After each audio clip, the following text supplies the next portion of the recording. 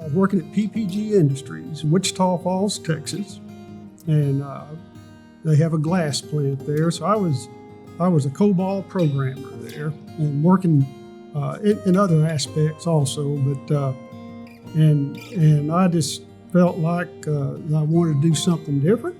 But I think it was a week later, or maybe 2 weeks later, in the mailbox, the Baptist Standard comes.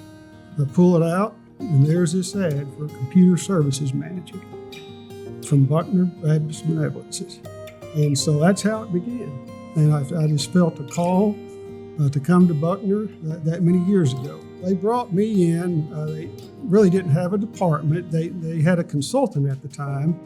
And so he had sold Buckner a Data General Mini Computer, what's called a Data General Mini Computer.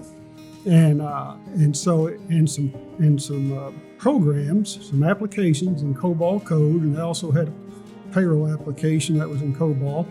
And so the storage it had on it, it had 2 disk drives, okay? One of them was 147 megabytes, not gigabytes, megabytes. And the other was 25 megabytes. And so that was the first big purchase, was to double that storage. And so when we started out, had 25 users was what we had at Buckner at the time. And not everybody had a terminal, but we had like 13 what we call dumb terminals connected to this Data General. It's a lot different than having personal computers on every desk.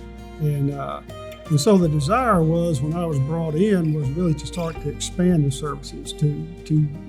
They were looking forward to branching out and getting beyond just the corporate office and getting systems out into other locations that Buckner had at the time.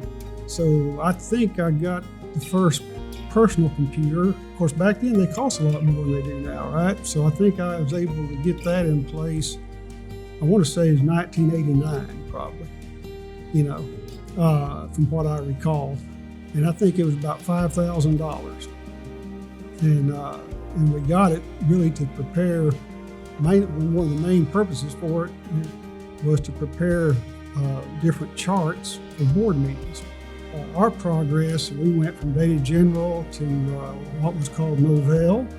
It was local area networks that we put in place at the different locations at the time. And then from there went over to a Windows-based network. And because I can remember putting the first PC in at Ryburn Nursing Center in Dallas, for instance, and doing an old medical records application. That was one of the big changes, right? Is email. And started out with GroupWise. You remember GroupWise? And I had to come to work. I thought I was going to have to put a helmet on when I changed from GroupWise over to Outlook. And then also when we went from WordPerfect to Microsoft Word, it was, there were, people weren't all necessarily happy about that. So, but everybody learned, and as we move forward. And so, we started out with, like I said, 25 users, and now at one location, and now we have over 1,000 users, and we have like 31 locations connected together. And so it's been a tremendous blessing to be a part of that. And so it was like what I would say like a church environment, it seemed to me, because it's a small group. I was on the second floor, had to wear a coat and tie when it came to work, and you could take your coat off, but if you left your floor, you had to put your coat back on.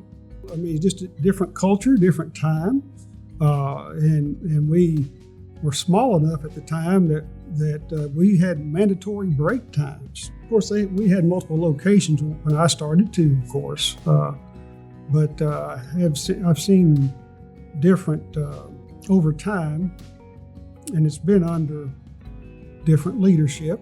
When I started with Buckner, I started there on the Children's Home campus in Dallas, and they probably had 250 children on that campus at the time.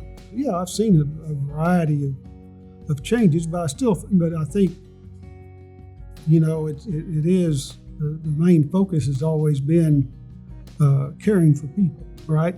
And where they're at, and how you can best utilize your resources to do so. I think I've grown. I started when I was 27 years old, and walked into a brand new adventure. Right, didn't have any staff, and had someone that helped deliver computer reports, and so. So I've grown through that. I've been challenged over time, but the Lord used that opportunity just to grow you that way. Oh, I think really it's remember most will be the people that I've worked with over time, over those 40 years, and I've had great support over that time from all across the organization. Really, the bottom line is I've been privileged to be a part of an organization that's probably touched hundreds of thousands of lives in 40 years' time. I'm leaving here a better man, and I couldn't ask for anything more than that, really, and to be a part of an organization, like I mentioned earlier, that's touched so many lives.